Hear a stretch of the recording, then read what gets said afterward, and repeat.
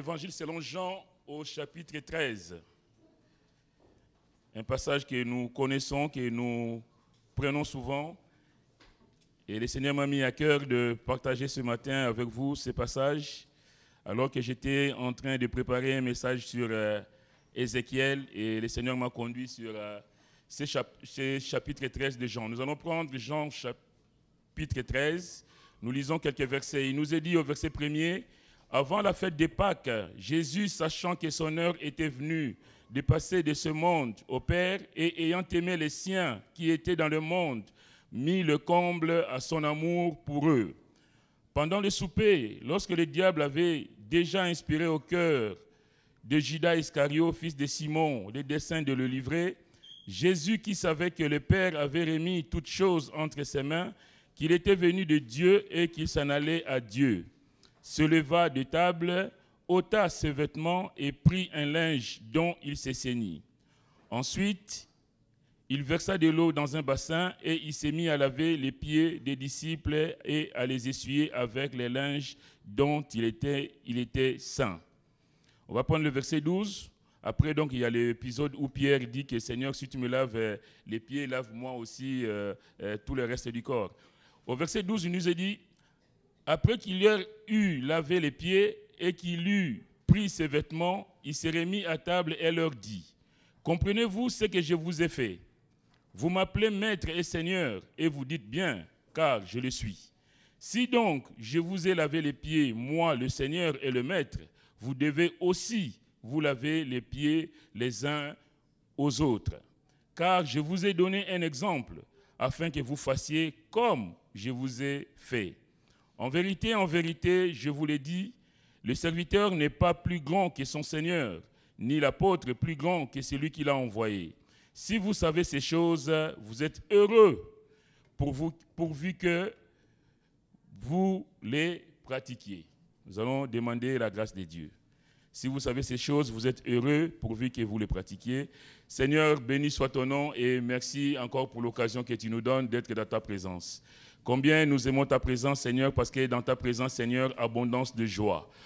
Dans ta présence, Seigneur, c'est la paix, c'est la joie. Nous voulons te dire simplement merci, Seigneur, parce que autrefois indignes, Seigneur, aujourd'hui nous sommes enfants de Dieu, Seigneur. Aujourd'hui nous pouvons nous présenter devant toi. Sois béni, Seigneur, notre Dieu, parce que tu es celui qui passe dans les rangs, qui visite ton peuple ce matin, Seigneur, qui fait des merveilles au milieu de nous. Seigneur, sens-toi à l'aise au milieu de nous et que toi seul sois glorifié, Seigneur, ce matin et tout au long de cette journée. Béni soit ton nom et merci pour tout, Seigneur, au nom de Jésus. Amen. Amen. Pouvez vous asseoir, bien-aimés.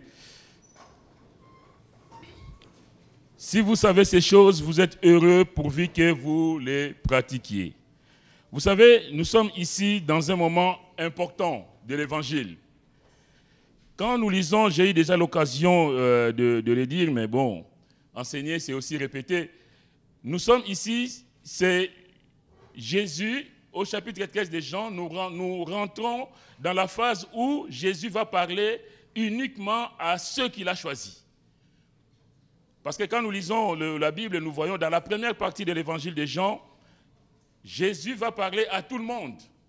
Jésus va faire de grandes choses. Il accomplit des miracles. Il a parlé ouvertement. Tout le monde l'a entendu. Donc tout le monde pouvait l'accepter comme étant Seigneur de sa vie.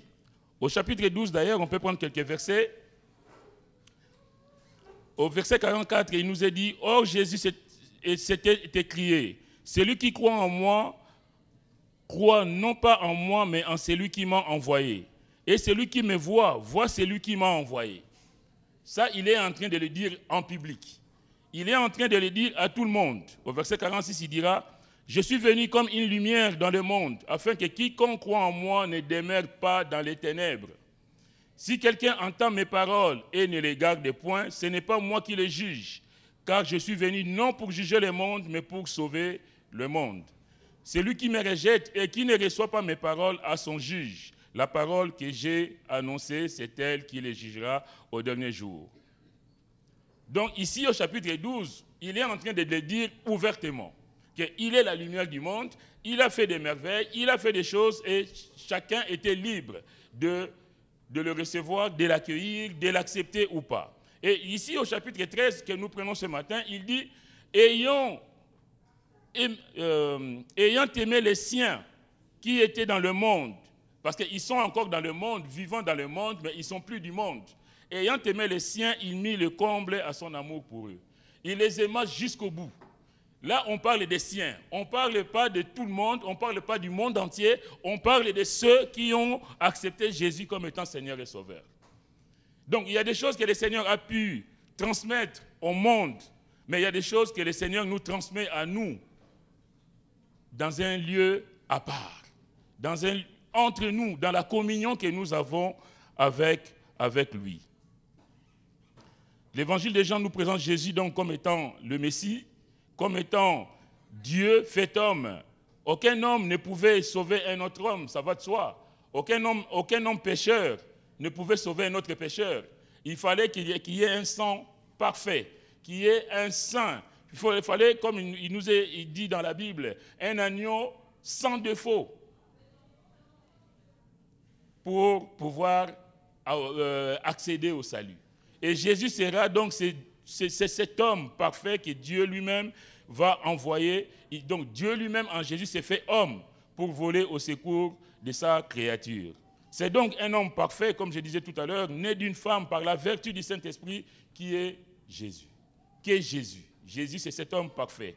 Dieu qu'on ne voit pas se fait voir, se laisse voir au travers de Jésus. La Bible nous dit dans Colossiens chapitre 1, versets 15 à 19, « Il est l'image du Dieu invisible. » Jésus est l'image du Dieu invisible. Tout a été créé par lui et pour lui, et en lui habite corporellement toute la plénitude de Dieu. L'évangile, selon Jean, donc je disais tout à l'heure, il y a cette partie, la première partie, qui est, en fait, c'est comparé au tabernacle. Quand on lit l'évangile de Jean, il y a une partie où donc, Jésus parle en public, c'est comparé au tabernacle où il y a les parvis, où tout le monde venait, où tout le monde pouvait faire le sacrifice, mais il y a maintenant, quand on devient chrétien, bien aimé, on le dit souvent, mais il y a cette progression qu'il doit faire. On doit avancer. L'enfant de Dieu, c'est lui qui vient rencontrer Jésus, c'est lui en tout cas qui accepte Jésus comme étant Seigneur et Sauveur, ne reste pas sur le parvis et il va progresser. Il va aller Quand on rentre dans le parvis, il y a déjà l'autel des sacrifices, mais après, il y a la cuve des reins, et après, il y a le tabernacle. C'est-à-dire que quand on rentre, Jésus est la porte. Quand on rentre par cette porte, on avance. On n'avance pas pour rester sur le parvis, mais on avance pour aller de gloire en gloire jusqu'au lieu très saint. Que le nom du Seigneur soit béni. Donc il y a un ministère public où Jésus parle dans le parvis, où tout le monde se réunit, où tout le monde vient faire son sacrifice. Et il y a la deuxième partie qui est le ministère privé de Jésus qui correspond au lieu saint et au lieu très saint, réservé uniquement aux sacrificateurs et aux souverains sacrificateurs. Raison pour laquelle la Bible dit que nous sommes devenus un royaume. Nous sommes devenus des sacrificateurs pour Dieu son Père. Nous sommes devenus des sacrificateurs, c'est-à-dire nous sommes devenus ces gens qui autrefois nous étions loin de lui, nous étions à l'extérieur, mais en rentrant dans la présence de Dieu, nous allons jusqu'à ce que nous allons lui offrir le parfum et un jour pour que nos yeux puissent le voir. Le frère disait tout à l'heure que c'est un jour où nous voulons louer le Seigneur. Mais on ne loue pas le Seigneur en dehors, on loue le Seigneur dans la maison du Seigneur. Parce qu'on a fait des progrès, parce qu'on avance dans la connaissance du Seigneur et on va offrir ce culte qui lui soit agréable, que le nom du Seigneur soit béni. Le tabernacle, si le tabernacle et puis plus tard le temple symbolisaient donc la présence de Dieu au milieu du peuple d'Israël, Jésus est le nouveau temple, rebâti en 3 jours. Celui qui veut voir Dieu doit donc voir Jésus. Je suis le chemin, la vérité et la vie. Nul ne vient au Père que par moi. On ne peut pas, pour accéder au salut, on ne peut pas passer par autre chose que par Jésus. Si un jour vous aspirez à aller au ciel, en tout cas à voir la gloire de Dieu, à vivre dans la félicité éternelle, c'est Jésus qui est le chemin, la vérité et la vie, et nul ne vient au Père que par lui. Raison pour laquelle l'apôtre Paul dira « Christ en nous, l'espérance de la gloire. » Christ en nous, parce qu'il vit en moi, parce que j'ai fait ses progrès, parce que j'avance avec lui, et un jour, mes yeux le verront. Christ en nous, l'espérance de la gloire. Pourquoi? Parce que les chrétiens qui deviennent le temple du Saint-Esprit. Que le nom du Seigneur soit béni. Au verset 4, il nous est dit, donc Jésus qui met sur le comble à son amour, et pendant les soupers, donc le diable avait déjà tenté Judas Iscario. Au verset 4, il nous dit, il se leva des tables, ôta ses vêtements et prit un linge dont il s'est ceint. Il va se dévêtir. Jean utilise le mot vêtir qu'on utilise, il n'utilise pas le mot vêtir qu'on utilise d'ordinaire. Il emploie un mot qui veut dire donc enlever dans le sens de mettre de côté, déposer. Et pour revêtir, il utilise un mot qui veut dire prendre de nouveau. C'est ce que le Seigneur lui-même dit quand il parle, par exemple, dans Jean 10, verset 11, il dit « Je suis le bon berger donne sa vie pour ses brebis. » Il ne donne pas sa vie définitivement, mais il la dépose et afin il la reprend. Au verset 17 d'ailleurs de Jean 10, il dit « Le Père m'aime parce que je donne ma vie afin de la reprendre. Personne ne me l'ôte, mais je la donne de moi-même. Personne n'a ôté la vie au Seigneur parce qu'il est le maître de la vie. Personne ne peut lui ôter la vie. Mais c'est volontairement qu'il va se dépouiller de sa divinité pour se faire homme, pour venir à notre secours.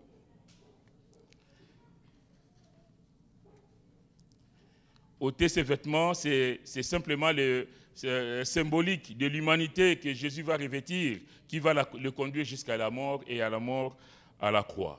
Nous allons prendre dans Philippiens chapitre 2, ces versets que nous connaissons aussi, Philippiens chapitre 2.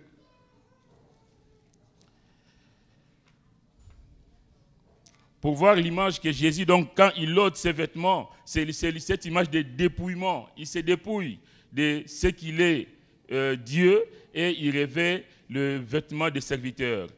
Philippiens chapitre 2, verset 5 nous est dit « Ayez en vous le sentiment qui était en Christ, en Jésus-Christ, lequel, existant en forme de Dieu, n'a point regardé comme une proie à arracher d'être égal avec Dieu, mais s'est dépouillé lui-même. » Il s'est dépouillé. C'est ce que nous voyons. Il ôte ses vêtements. Il s'est dépouillé lui-même en prenant une forme de serviteur, en devenant semblable aux hommes. Et ayant paru comme un simple homme, il s'est humilié lui-même, se rendant obéissant jusqu'à la mort, même jusqu'à la mort de la croix. Il s'est humilié. Dieu, en Jésus, Dieu s'est fait homme. Dieu s'humilie, mais pour venir au secours de sa créature, au secours des hommes déchus. C'est pourquoi la Bible dit, verset 9, c'est pourquoi aussi Dieu l'a souverainement élevé et lui a donné le nom qui est au-dessus de tout nom, afin qu'au nom de Jésus, tout genou fléchisse dans les cieux, sur la terre et sous la terre, et que toute langue confesse que Jésus-Christ est Seigneur à la gloire de Dieu le Père. En Jésus, c'est Dieu lui-même qui s'abaisse pour sauver l'homme perdu. Il va donc s'élever des tables, ôter ses vêtements. Il se débarrasse donc tout simplement de ses habits royaux, de sa majesté divine, pour devenir serviteur. Serviteur des siens. Par ses gestes d'abaissement, lui, le Seigneur et le Maître, élève les siens à son niveau. Lui, le Seigneur, lui, le Maître, il va s'abaisser, venir, comment je vais dire ça, il va s'abaisser au niveau de venir laver les pieds de ses disciples. Il s'est fait esclave. Ça, c'est l'esclave qui le faisait, ces gestes-là. Quand les gens venaient rendre visite à quelqu'un, et qu'ils ont marché, ils avaient de la poussière. Évidemment, à cette époque-là, les gens marchaient pieds nus, souvent. Et ils arrivent, et celui qui les accueille devait leur laver les pieds. Et c'était le rôle de l'esclave. Donc Jésus, pour nous, il s'est fait esclave. Il est venu nous laver les pieds, bien-aimés, de nos souillures, de nos saletés, de tout ce que nous avons pu traîner tout au long de notre vie, de notre marche sur terre, sur cette terre corrompue. Et il va s'abaisser au point d'élever les autres. Ces gestes d'humilité élèvent les autres. Combien la Bible nous appelle à regarder les autres comme étant au-dessus de nous-mêmes. La Bible nous appelle à être humbles, à être comme Jésus, de ceux qui se donnent pour les autres. Il élève les siens à son niveau, il leur lave les pieds. Il nous enseigne que bien qu'étant purifiés par son sang, oui, nous sommes purifiés par le sang de Jésus. Le chrétien a besoin de confesser à Dieu le péché qu'il a pu avoir commis tout au long de la journée. Vous savez, nous vivons dans un monde corrompu. Nous vivons dans un monde où, partout où on passe, il y a des images qui peuvent t'offenser. En tout cas, si tu es un enfant de Dieu, tu vas voir des images. Même à la télé, tu peux mettre la télé et puis voir des choses qui ne sont pas pour la gloire de Dieu. Donc, on est, même sans le vouloir, on est souillé. Et combien nous avons besoin, mes frères et mes sœurs, de dire, Seigneur, en cette journée, je vais faire un peu le point. Je ne vais pas aller me jeter dans mon lit ou comme si de rien n'était, mais je vais faire le point de tout ce qui s'est passé dans ma journée. Comment est-ce que j'ai parlé? Comment est-ce que j'ai répondu? Comment est-ce que j'ai réagi? Qu'est-ce que j'ai fait aujourd'hui? Quelles étaient mes pensées? En tout cas, l'enfant de Dieu, c'est celui-là qui, tous les jours, se remet en question devant son Dieu. Le chrétien a besoin donc de confesser à Dieu les péchés qu'il a pu commettre chaque jour de sa vie, afin de garder sa communion avec le Seigneur. Parce que nous vivons dans un monde souillé, dans un monde corrompu. Il dit donc au verset 14, « Si donc je vous ai lavé les pieds, vous devez aussi vous laver les pieds les uns des autres. » Si lui, le Maître, le Seigneur, s'est permis de nous laver les pieds, combien nous avons besoin de le faire aussi pour les autres? Est-ce que nous le faisons? Est-ce que nous nous humilions pour que les autres soient élevés? Je vous dis tout à l'heure que le Seigneur, lui, en s'abaissant à ce niveau-là, il élève ses disciples. Bien-aimés, combien nous avons besoin, nous aussi, de valoriser les gens qui sont autour de nous. Malheureusement, dans nos vies, c'est souvent le contraire. C'est souvent l'orgueil qui prend place. C'est l'orgueil qui nous dirige. Ah non, moi, je ne peux pas m'abaisser à ce niveau. Ah non, non, non, ça, ce n'est pas pour moi. Ah non, ça, c'est pour les diacres. Ce n'est pas pour les pasteurs. Ah non, non, non, ça, c'est pour ma femme. Ce n'est pas pour moi. On veut être chef de quelque chose. On veut toujours se donner une certaine importance. Alors que le Seigneur, ici, nous voyons comment il s'est fait humble. Lui, le Seigneur, il va s'humilier pour que les siens soient élevés. Combien j'ai besoin dans ma vie personnelle d'élever les gens qui sont autour de moi. Lui, il s'est humilié et la Bible dit que Dieu l'a souverainement élevé. Quand nous nous humilions, bien-aimés, Dieu nous élève, alléluia. Si je vous ai lavé les pieds, vous devez aussi. Il le dit, vous devez, c'est un devoir. Vous devez aussi vous laver les pieds les uns les autres. Au lieu de nous calomnier les uns les autres, au lieu de nous insulter les uns les autres, au lieu de nous battre les uns contre les autres, nous avons besoin de nous laver les pieds, de nous aimer les uns et les autres. Malheureusement, même dans nos familles, dans nos maisons, c'est le contraire. Si vous savez ces choses, la Bible dit, le Seigneur dit, vous êtes heureux pourvu que vous les pratiquiez. Comment est-ce que nous pouvons pratiquer ce que le Seigneur attend de nous? Il dit au verset 34 de ce chapitre, « Je vous donne un commandement nouveau, aimez-vous les uns les autres. » Quand on aime quelqu'un bien-aimé, on ne le descend pas. Quand on aime quelqu'un, on le porte, on le valorise, parce qu'on y tient. Alléluia. Aimez-vous les uns les autres. Comme je vous ai aimé, vous aussi, aimez-vous les uns les autres. Le chrétien, c'est celui qui est à l'image de Christ. Normal. Christ en nous, l'espérance de la gloire. Ben oui, mais si et seulement si Christ est en nous. Et si Christ est en nous, les œuvres de Christ se voient au travers de nous. Normal. Aimez-vous les uns les autres, comme je vous ai aimé, vous aussi aimez-vous les uns les autres.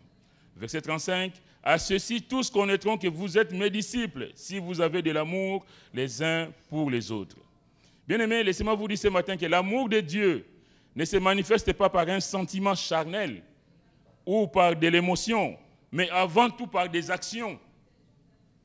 Si tu aimes quelqu'un, tu lui dis, tu le lui dis.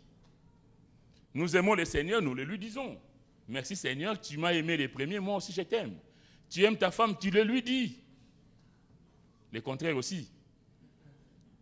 Tu aimes ton mari, tu le lui dis.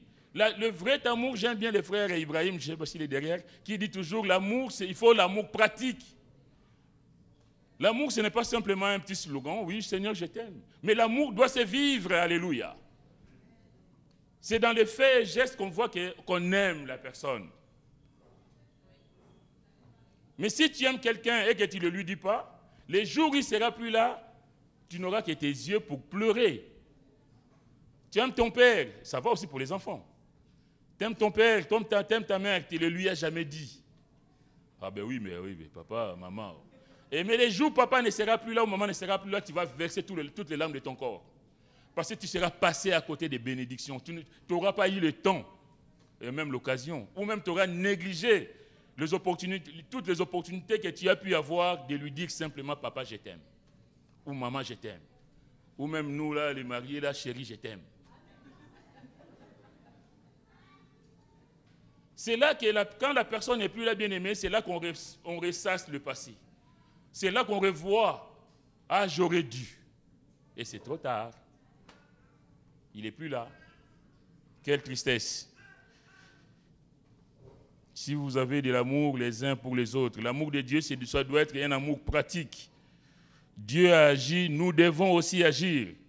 Ce n'est pas un souhait que nous fassions comme lui, mais il dit c'est un ordre. Aimez-vous les uns les autres. C'est un impératif. En grammaire, l'impératif, c'est un ordre. Ce n'est pas un souhait quelconque qu'on peut faire. Ce n'est pas une option. C'est un ordre du Seigneur de nous aimer les uns les autres. Est-ce que nous le faisons? L'ordre doit être respecté, normal.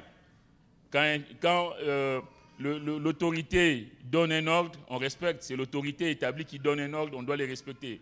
Là, je crois que c'est demain ou après-demain, ce sera la date limite de déclaration d'impôt sur Internet. Si tu le fais les 6, pénalité. Tu n'as pas respecté l'ordre établi par l'autorité publique. Et à combien plus forte raison, bien-aimés, nous devons respecter l'ordre que le Seigneur nous donne. Aimez-vous les uns les autres. L'amour du Seigneur se traduit dans nos vies par quelques actions qu'on trouve dans la Bible. Moi, j'en ai pris 2 qu'on peut voir ce matin. Dans Galates chapitre 6, on va les prendre. Galates chapitre 6.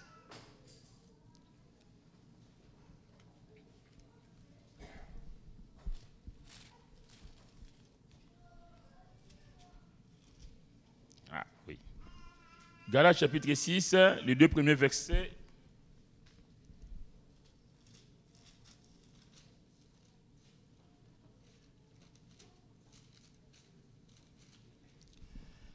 L'apôtre Paul nous dit, Galates 6, verset 1er, « Frères, si un homme vient à être surpris en quelque faute, vous qui êtes spirituels, redressez-le avec un esprit de douceur. Redressez-le avec un esprit de douceur. Prends garde à toi-même de peur que tu ne sois aussi tenté. Portez les fardeaux les uns des autres. » Le Seigneur a dit quoi? Aimez-vous les uns les autres. Ici, l'apôtre Paul nous dit, portez les fardeaux les uns des autres, et vous accomplirez ainsi la loi de Christ, qui a donc dit, aimez-vous les uns les autres. Quand on aime quelqu'un, je vous dis tout à l'heure qu'on le porte, mais on porte aussi ses fardeaux, normal. L'apôtre Paul, donc, s'adressant aux Galates, il dit, vous qui êtes spirituels, c'est-à-dire que vous qui produisez les fruits de l'esprit, souvenez-nous au chapitre 5, il est question des œuvres de la chair et des fruits de l'esprit. Fruits de l'esprit, la joie, la bonté, l'amour et tout ça. Donc vous qui êtes spirituels, c'est-à-dire l'enfant de Dieu qui grandit dans la foi, qui est mûr spirituellement, doit pouvoir porter les fardeaux de ceux qui sont faibles. Quelquefois, nous, on se lance les pierres entre nous. Quelquefois, les plus spirituels vont, je vais dire, entre guillemets, agresser les moins spirituels. Mais combien nous avons besoin de porter les fardeaux les uns les autres. Vous qui êtes spirituels, c'est-à-dire vous qui produisez les fruits de l'esprit, vous qui avez de l'amour, vous qui avez la joie du Seigneur, la paix du Seigneur, la patience, la bonté, vous qui êtes caractérisés par le Saint-Esprit, vous ne pouvez pas ne pas vous sentir concerné par votre prochain. On ne peut pas ne pas se sentir concerné par ce qui se passe dans la vie de l'autre.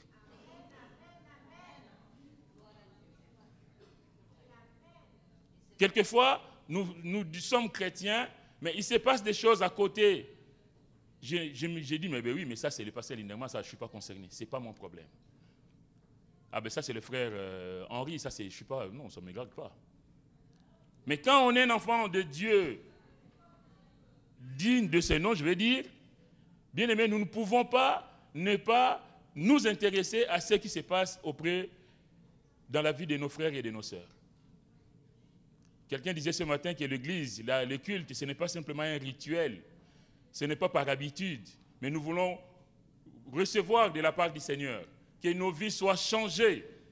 Le chrétien, c'est celui, je vous dis tout à l'heure, que c'est celui qui se remet en question tous les jours, par rapport à sa conduite, par rapport à sa vie, par rapport à sa relation avec le Seigneur, et par ricochet, par rapport à sa vie avec les autres. Si on aime le Seigneur qu'on ne voit pas, on dit qu'on aime le Seigneur, on aime l'Église.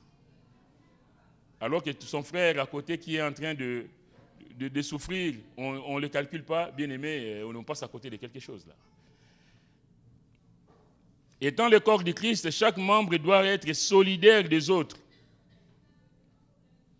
J'ai béni le Seigneur pour les actions que nous avons entreprises dernièrement quand il y avait des décès dans l'église, où quand même on était là en train de se trouver un petit soutien pour la personne éprouvée.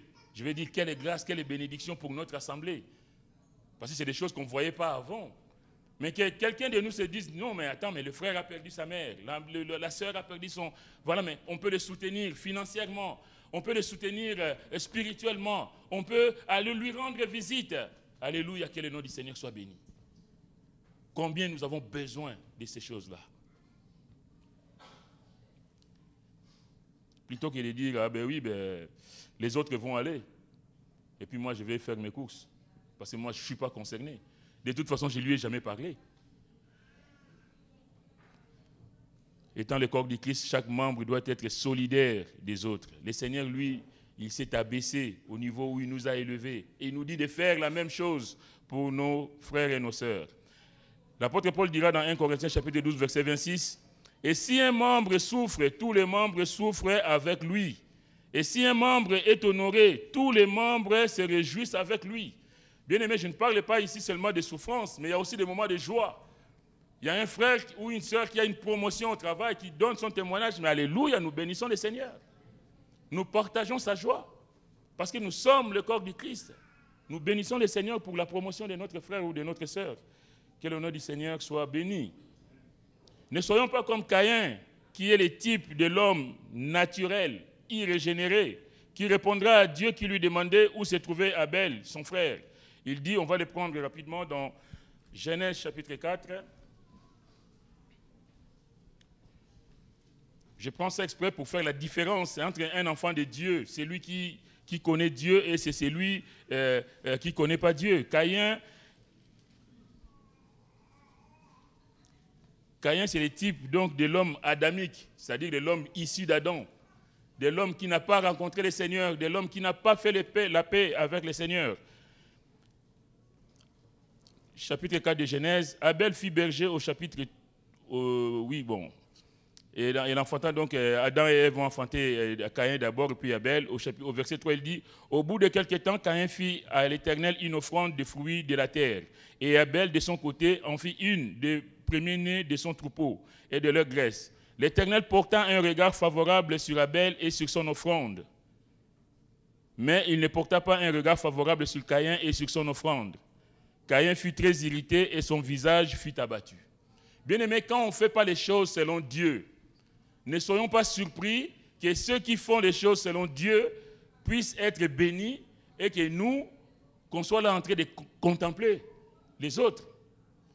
Nous avons besoin de respecter la parole de Dieu. Vous êtes heureux si vous les pratiquez, si vous faites ces choses. Dieu a dit quelque chose. Est-ce que nous mettons sa parole en pratique? Et c'est le cas ici. Dieu va porter un regard favorable sur Abel, sur l'offrande d'Abel, et pas sur Caïn. Et la Bible dit que Caïn fut très irrité et son visage fut abattu.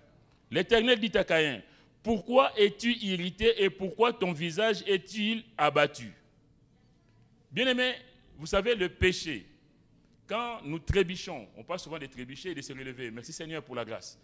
Mais jamais, je l'ai dit souvent ici, que c'est comme un feu rouge. On ne passe pas au feu rouge sans avoir passé par le feu orange. Il y a un temps où le feu vert passe à l'orange avant de passer au rouge. Malheureusement, beaucoup d'entre nous, il y a l'orange qui est là, on fonce quand même, on dit bon, c'est pas grave, je peux passer à l'orange. Et puis demain, c'est trop tard. Et c'est ce qui s'est fait. Dieu avertit et Dieu avertira toujours. Pourquoi ton visage, pourquoi es-tu irrité et pourquoi ton visage est-il abattu? Certainement, si tu agis bien, tu relèveras ton visage. Et si tu agis mal, le péché se couche à la porte et ses désirs se portent vers toi, mais toi domine sur lui. Le péché nous guette tous. Nous sommes tous tentés. Et là, Caïn, il est dans un état de décadence spirituelle. Et Dieu l'avertit que le péché se couche devant toi. Il porte ses désirs sur toi. C'est comme un animal sauvage qui s'est tapis dans l'ombre, là, qui attend que tu ne passes pour qu'il saute. Mais Dieu avertit. Il dit, mais toi, domine sur lui. Je vais dire à quelqu'un ce matin, mon frère, ma soeur, je ne connais pas la vie des gens, mais tu es peut-être dans cette situation où tu es tenté, tu es attiré par certaines choses. Mais Dieu te dit, fais attention. Le péché se couche à la porte et il porte ses désirs vers toi. Mais la Bible te dit, mais toi, pas quelqu'un d'autre, mais toi, domine sur lui. Ça dit qu'on a le pouvoir de dire non. On a la capacité de résister avec la force du Seigneur. La Bible dit, cependant, Caïn adressa la parole, l'hypocrisie, adressa la parole à son frère Abel, mais comme ils étaient dans le champ, Caïn se jeta sur son frère Abel et le tua. Comme si Dieu ne voyait pas. Et Dieu va lui poser la question. L'Éternel dit à Caïn, où est ton frère Abel? Il répondit, je ne sais pas, suis-je le gardien de mon frère? Je veux dire, quelle folie de penser que Dieu ne voit pas, que Dieu n'entend pas. Suis-je le gardien de mon frère? Je ne sais pas. Il vient de commettre un meurtre et il est fait comme si de rien n'était. Je veux dire que quelle attitude déplorable. Et même Dieu va le reprendre, lui rappeler que ce qu'il a fait, ce n'est pas bien. Plutôt que d'avoir une attitude de repentance, de dire, ah, j'ai été emporté par la folie, ou je ne sais quoi, mais en tout cas de reconnaître que ce qu'il a fait, ce n'est pas bien, il va, voilà, c'est arrivé, c'est arrivé. Combien d'entre nous, bien-aimés, nous trébuchons et nous restons là où nous sommes trébuchés? De toute façon, ce n'est pas grave. De toute façon, personne ne m'a vu. Que Dieu nous aide. Je ne sais pas, suis-je le gardien de mon frère? Quelle attitude misérable. L'homme spirituel doit être prêt à aider les autres. L'homme spirituel doit être prêt à aider les autres dans tous les domaines, que ce soit physique, spirituel. Là aussi, je vais bénir l'Église pour quand on voit les déménagements, par exemple, que les frères et la sœur demandent qu'à être soutenus dans son déménagement. On voit vraiment les gens se déranger, les frères et les sœurs se déranger pour aller apporter de l'aide aux bien-aimés. Si nous avons des soucis, parce que nous en avons tous, certains pensent que dans nos moments difficiles, dans nos moments de souffrance intérieure ou même de maladie, le fait de les partager avec l'Église ou le pasteur ou les autres, c'est comme si c'était un aveu de faiblesse. Mais partager son problème avec l'Église, bien aimé, ce n'est pas un aveu de faiblesse. Partager son problème avec les frères, avec les sœurs de l'Église, afin qu'on puisse prier ensemble, qu'on puisse apporter quelque chose de la part du Seigneur, ce n'est pas un aveu de faiblesse. Ces gens-là portent tout seuls leur fardeau et ils sont parfois victimes de dépressions nerveuses parce qu'on est tout seul à porter son fardeau. Et la Bible nous dit ici, tout à l'heure, on l'a dit, porter les fardeaux les uns des autres, c'est-à-dire partager les fardeaux. C'est trop lourd à porter pour toi, mon frère, ma soeur, n'hésite pas d'aller voir d'autres personnes. Frère, regarde ce qui se passe dans ma vie. Ma soeur, regarde tel problème que j'ai. Est-ce que tu peux m'aider? Ne serait-ce que dans la prière. Mais si tu gardes ton fardeau tout seul, le fardeau va t'écraser. Et puis après, ce sera trop tard. Quelquefois aussi, c'est avec raison qu'on veut garder nos fardeaux. Parce qu'on veut s'attendre au Seigneur. Normal. Dans les deux cas, il faut vraiment chercher la face de Dieu. Mais en tout cas, si la Bible nous appelle à porter les fardeaux les uns des autres, n'hésitons pas à partager nos problèmes, nos difficultés avec les frères, avec les sœurs, avec les pasteurs, afin que nous puissions être soutenus. Vous savez, quand tu as un problème et que tu gardes pour toi, tant que tu ne l'as pas partagé, ça te ronge, ça te travaille. Mais du moment où tu as partagé à un proche, à quelqu'un qui va te donner un petit mot de réconfort, à quelqu'un qui va te comprendre dans ta souffrance, bien-aimé, on sait ça soulagé. Parce qu'on a quelqu'un avec qui parler. Et le Seigneur il sera toujours là, bien-aimé, si nous lui apportons nos fardeaux. Donc, je disais tout à l'heure qu'il y a des gens, quelquefois, c'est vrai, et qui s'attendent à Dieu et qui ne veulent pas partager. La Bible dit d'ailleurs, remets ton sort à l'Éternel et il te soutiendra. Il ne laissera jamais chanceler le juste. Psaume 55, verset 23. Le Seigneur lui-même, d'ailleurs, il veut porter nos fardeaux. C'est ce qu'il nous dit. Venez à moi, vous tous qui êtes fatigués et chargés, je vous donnerai du repos. Mais le Seigneur agit par les autres. Le Seigneur, quand il dit, venez à moi, vous tous qui êtes fatigués et chargés, je vous donnerai du repos, ce n'est pas que, voilà, j'ai parlé au Seigneur et puis voilà, c'est tout. Mais quand tu partages aussi avec les frères, avec les sœurs, ça va dans ce sens-là. Lui, il a fait en tout cas en portant notre culpabilité à la croix. Et d'ailleurs, la Bible nous appelle à nous décharger sur lui de tous nos soucis, car lui-même prend soin de nous. L'une des façons dont se sert le Seigneur, je l'ai dit tout à l'heure, pour porter nos soucis, nos inquiétudes, nos difficultés, c'est au travers des frères et sœurs de l'Église. On va prendre encore un verset, je fais vite, dans 2 Corinthiens chapitre 7. 2 Corinthiens. La Bible, vous savez, s'explique par elle-même. Donc, si je prends le verset, c'est pour étayer les propos que le Seigneur m'a mis à cœur ce matin de partager avec vous. 2 Corinthiens chapitre 7, c'est l'apôtre Paul qui parle. Il dit, au verset 1er, « Ayant donc de telles promesses, bien-aimés, purifions-nous de toute souillure, de la chair et de l'esprit, en achevant notre sanctification dans la crainte de Dieu. Donnez-nous une place dans vos cœurs. Nous n'avons fait tort à personne, nous n'avons ruiné personne, nous n'avons tiré du profit de personne.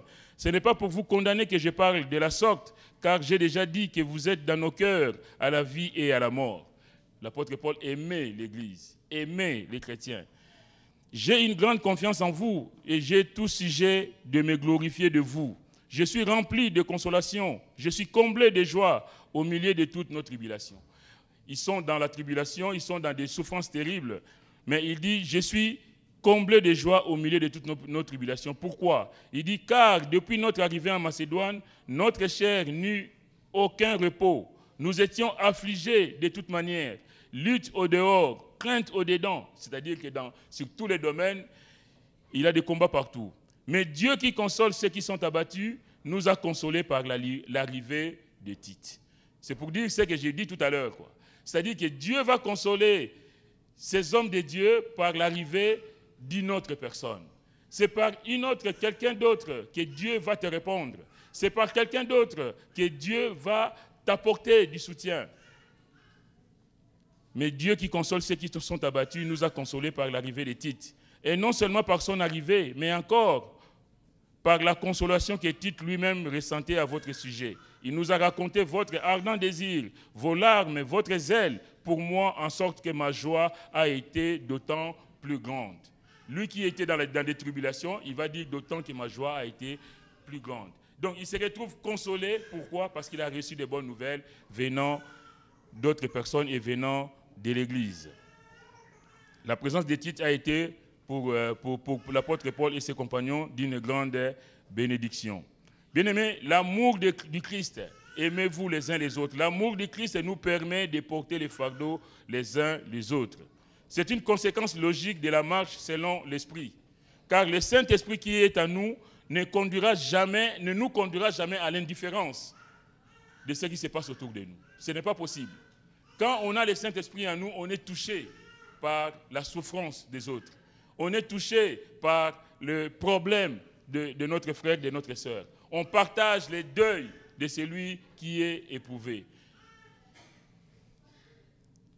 Le Saint-Esprit ne nous conduira jamais à l'indifférence ni à l'égoïsme, mais plutôt à avoir les sentiments qui étaient en Christ. Ayez en vous les sentiments qui étaient en Christ. Une différence doit être faite entre le mot fardeau, que l'apôtre Paul utilise ici, et l'autre, il y a un deuxième mot, il dira plus tard dans Galates chapitre 6 au verset 5, que chacun portera son propre fardeau. Vous savez, le mot fardeau, le premier, c'est quand il dit vous portez les fardeaux les uns des autres, il dit ce sont vraiment des charges trop lourdes, parce qu'il y a des charges trop lourdes à porter tout seul. Et on a besoin de quelqu'un pour les porter. Et l'autre fardeau, ce sont nos propres actions pour lesquelles nous rendrons compte un jour devant le Seigneur. Donc au verset 5 de Galates 6, Paul rappelle que chaque chrétien rendra compte devant Dieu pour lui-même de ses actes et de ses œuvres. Chacun répondra donc pour lui-même, chacun portera le poids de ses propres actions. Bien-aimés, qu'est-ce que nous faisons de l'amour de Dieu? Est-ce que nous avons vraiment l'amour de Dieu en nous? L'amour que le Saint-Esprit répand dans nos cœurs, est-ce que nous l'avons? Est-ce que nous le manifestons dans nos actes quotidiens?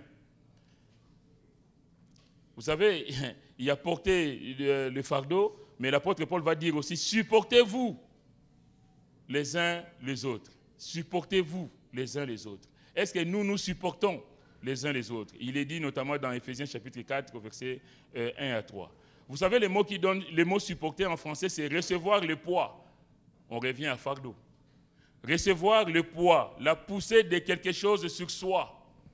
C'est ton poids, mais moi je le reçois sur moi. Je reçois la poussée de cette chose sur moi. Synonyme, c'est soutenir, c'est porter. Exemple, pilier qui supporte une voûte.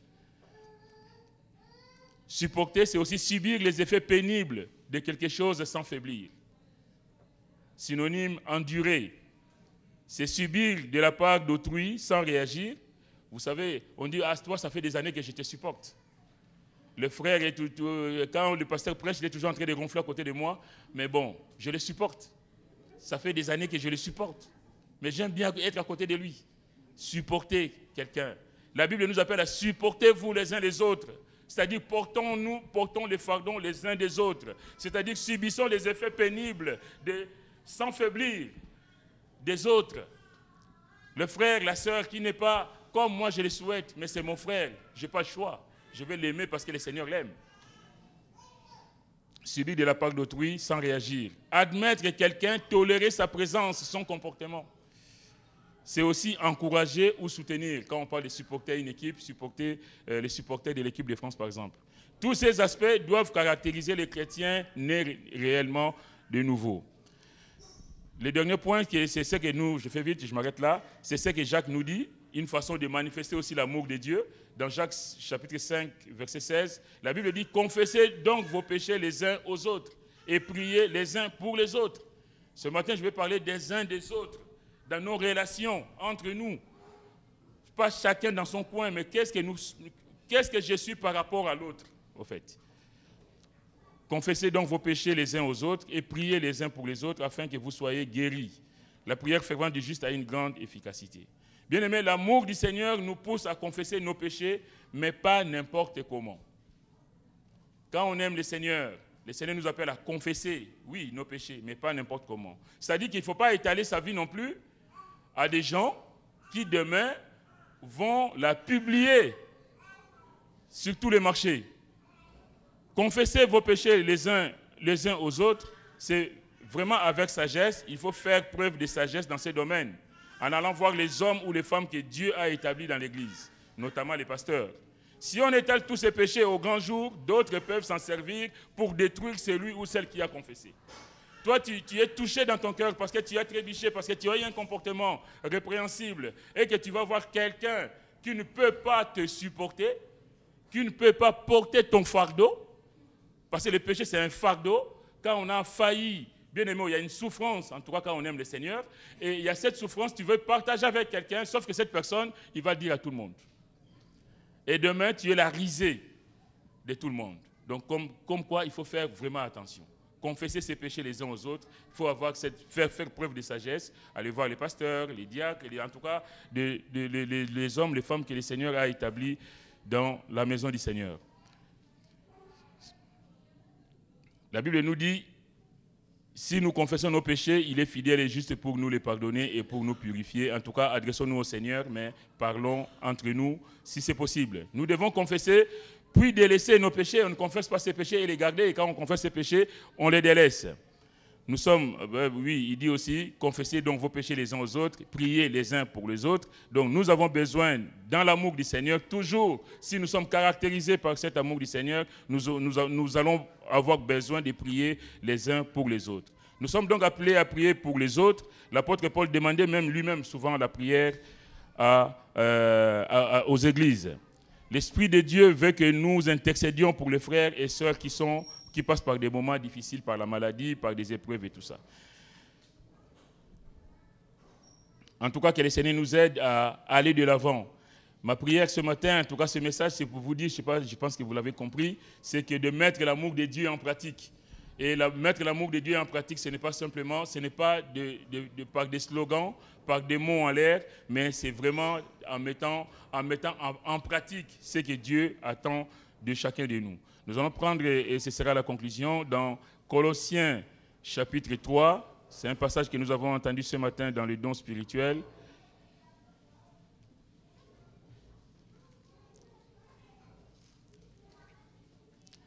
La Bible nous appelle à nous supporter les uns les autres, à nous pardonner les uns les autres. Au chapitre 3 de Colossiens, au verset 12, il nous est dit, ainsi donc, ce sera ma conclusion ce matin, ainsi donc, comme des élus de Dieu, donc vous, nous, l'Église, saints et bien-aimés, revêtez-vous d'entrailles de miséricorde, de bonté, d'humilité, de douceur, de patience. Supportez-vous les uns et les autres. Et si l'un a sujet de se plaindre de l'autre, pardonnez-vous réciproquement, toujours l'un et l'autre. De même que Christ vous a pardonné, pardonnez-vous aussi.